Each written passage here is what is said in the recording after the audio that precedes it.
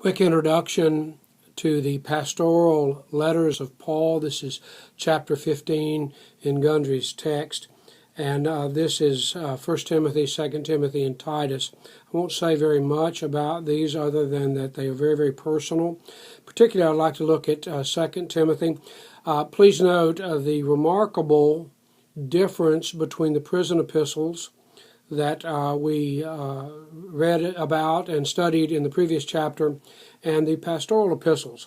When we read the book of Philippians, we find Paul saying, "Pray for me that I be released, for I have work yet to do, and your prayers and the supply of the Holy Spirit will release me from these bonds so that I can be with you again."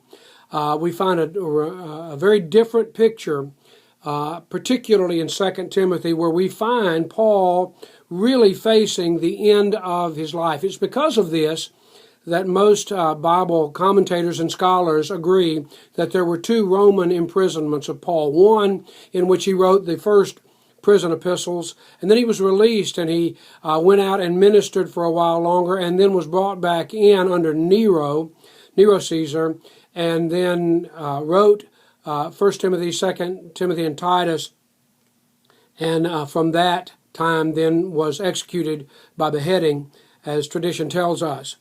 But there are several images and passages in 2 Timothy that are valuable to us. Particularly, he uses imagery in chapter 2, verses 3 through 7, three pictures of a Christian in service. One is of a soldier, one is of an athlete, and the last one then of a farmer. And these are parables, if you will. They are examples that Paul gives to us.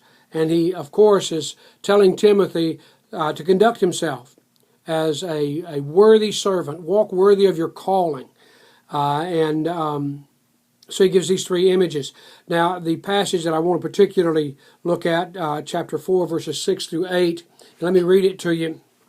Paul says this, it's called his valedictory, "For I am already being poured out as a drink offering, and the time of my departure is at hand."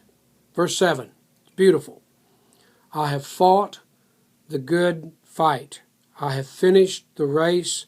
I have kept the faith. Finally, there is laid up for me the crown of righteousness, which the Lord, the righteous judge, will give to me on that day, and not to me only, but also to all who have loved his appearing."